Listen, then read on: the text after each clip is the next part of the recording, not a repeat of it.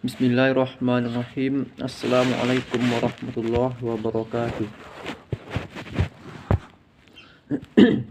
Baiklah, saya Rahmat Zul Ihsan, NIM 411953 akan membahas sedikit tentang makalah kami dari kelompok 6, yaitu toleransi agama dan urgensinya perspektif Al-Quran. Yang pertama yaitu pengertian toleransi. Dalam konsep Kamus Besar Bahasa Indonesia, toleransi diartikan sebagai sifat atau menenggang. Toleransi adalah konsep modern untuk menggambarkan sikap saling menghormati dan saling bekerja sama di antara kelompok-kelompok masyarakat yang berbeda, baik secara etnis, bahasa, budaya, dan agama. Toleransi merupakan konsep agung nilai mulia yang sepenuhnya menjadi bagian organik dari ajaran agama-agama termasuk agama Islam.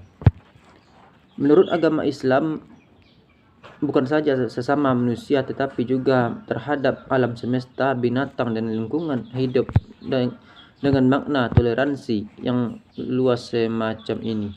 Maka toleransi antar beragama dalam Islam memperoleh perhatian penting dan serius. Yang kedua yaitu konsep toleransi.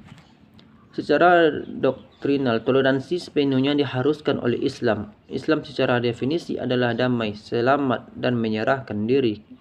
Definisi Islam yang demikian sering dirumuskan dengan istilah Islam agama rahmatan lil alamin, agama yang mengayomi seluruh alam.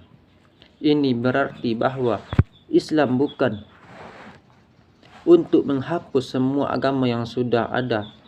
Islam menawarkan dialog dan toleransi dalam bentuk saling menghormati. Islam menyadari bahwa keragaman umat manusia dalam agama dan keyakinan adalah kehendak Allah.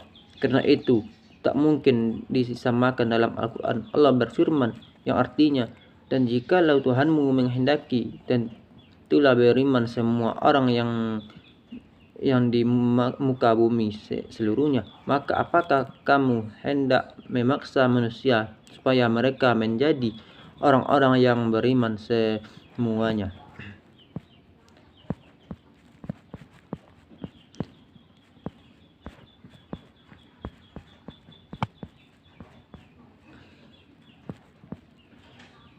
Sikap melindungi dan saling tolong-menolong tanpa mempersoalkan perbedaan keyakinan juga muncul dalam sejumlah hadis dan praktik Nabi. Bahkan sikap ini dengan sebagai bagian yang melibatkan Tuhan. Sebagai contoh, dalam sebuah hadis yang diriwayatkan oleh Su'aib Al-Imam, karya seorang pemikir abad ke-11 Al-Bahaki, dikatakan, siapa yang membongkar aib orang lain di dunia ini, maka Allah nanti pasti akan membongkar aibnya di hari pembalasan.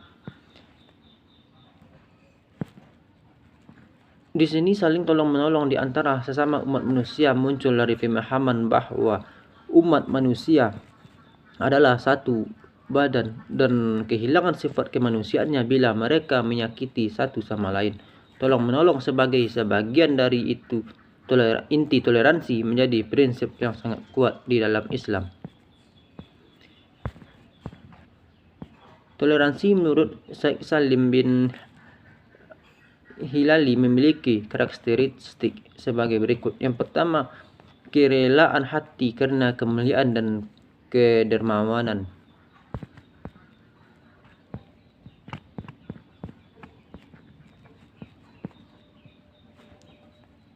Yang pertama, kelapangan dada karena kebersihan dan ketakwaan. Yang kedua, kelemah lembutan karena kemudahan. Yang ketiga, muka yang ceria karena kegembiraan. Yang keempat, rendah diri di hadapan kaum muslimin bukan karena kehinaan. Yang kelima, mudah dalam berhubungan sosial, muamalah tanpa penipuan dan kelalaian. Yang keenam, menggampangkan dalam berdakwah ke jalan Allah tanpa basa-basi. Yang ketujuh, terikat dan tunduk kepada agama Allah Subhanahu wa taala tanpa ada rasa keberatan. Yang selanjutnya yaitu urgensi toleransi. Yang pertama, mempererat silaturahmi. Misalnya saja suatu kaum budaya tertentu yang kemudian hanya bersedia bertemu dengan kaum dari budayanya yang sama. Hal semacam inilah yang akan menghambat terjadinya silaturahmi antar golongan yang berbeda. Toleransi dalam Islam akan saling mempererat silaturahmi. Yang kedua, menghindari perpecahan. Menanamkan toleransi di dalam diri tanpa membuat manusia menjadi semakin memaklumi perbedaan. Ketika toleransi sudah menjadi sebuah kebiasaan, gesekan dan singgungan dalam masyarakat tidak akan membuat munculnya sebuah permasalahan yang berujung pada perpecahan. Yang ketiga, melatih diri untuk saling menghargai dan menghormati. Bertoleransi antar sesama memengaruhi kita dalam melatih diri untuk belajar saling menghargai. Menghargai bahwa setiap manusia memiliki agama, suku, budaya, etnis yang berbeda. Tidak ada gunanya jika kita memperdebatkan suatu perbedaan, karena ujungnya akan semakin membuat rasa persaudaraan menurun. Yang keempat, meningkatkan rasa persaudaraan. Jika toleransi dapat memperkuat hubungan antar manusia, maka sudah dipastikan rasa persaudaraan antar manusia semakin dipupuk. Yang kelima, meningkatkan keimanan. Agama apapun pasti mengajarkan kebaikan kepada umatnya. Tidak ada suatu agama pun yang mengajarkan umatnya untuk hidup bermusuhan dengan umat yang lain. Semua agama pasti akan memerintahkan kita untuk memiliki sikap toleransi yang tinggi dalam menghargai perbedaan sesama manusia. Maka dari itu, dengan menetapkan toleransi, insya Allah keimanan kita akan tetap terjaga. Yang keenam, perkembangan dapat terlaksana.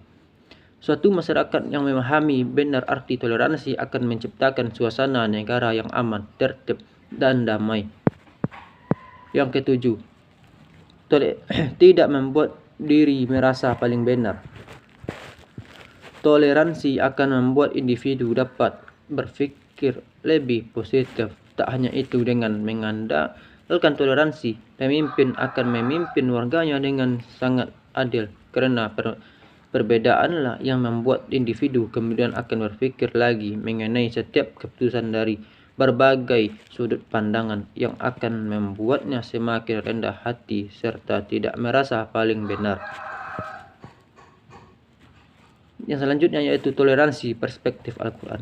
Al-Quran tidak pernah menyebut kata samu atau toleransi secara tersurat, hingga kita tidak akan pernah menemukan kata tersebut termaktub di dalamnya. Namun secara eksplisit Al-Quran menjelaskan konsep toleransi dengan segala batasan-batasannya secara jelas dan gambling. Oleh karena itu, ayat-ayat yang menjelaskan tentang konsep toleransi dapat dijadikan rujukan dalam implementasi toleransi dalam kehidupan. Firman Allah di dalam Quran surat Al-Hujurat ayat ke-13 yang artinya, "Hai manusia, sesungguhnya kami menciptakan kamu dari seorang laki-laki dan seorang perempuan dan menjadikan kamu berbangsa-bangsa dan bersuku-suku supaya kamu saling kenal mengenal. Sesungguhnya orang-orang yang paling mulia di antara kamu di sisi Allah ialah orang-orang yang paling bertakwa di antara kamu. Sesungguhnya Allah Maha mengetahui lagi Maha mengenal." Toleransi dalam beragama bukan berarti kita hari ini boleh berbeda bebas menurut agama tertentu dan esok hari kita menganut agama yang lain, atau dengan bebasnya mengikuti ibadah dan ritualitas sebagaimana semua agama tanpa adanya peraturan yang mengikat. Akan tetapi, toleransi beragama harus dipahami sebagai bentuk pengakuan kita akan adanya agama-agama lain selain agama kita dengan segala bentuk sistem dan tata cara peribadatannya, dan mereka ke mereka menjalankan keyakinannya, agamanya masing-masing. Mungkin sekian yang dapat saya bahas. Terima kasih. Assalamualaikum warahmatullahi wabarakatuh.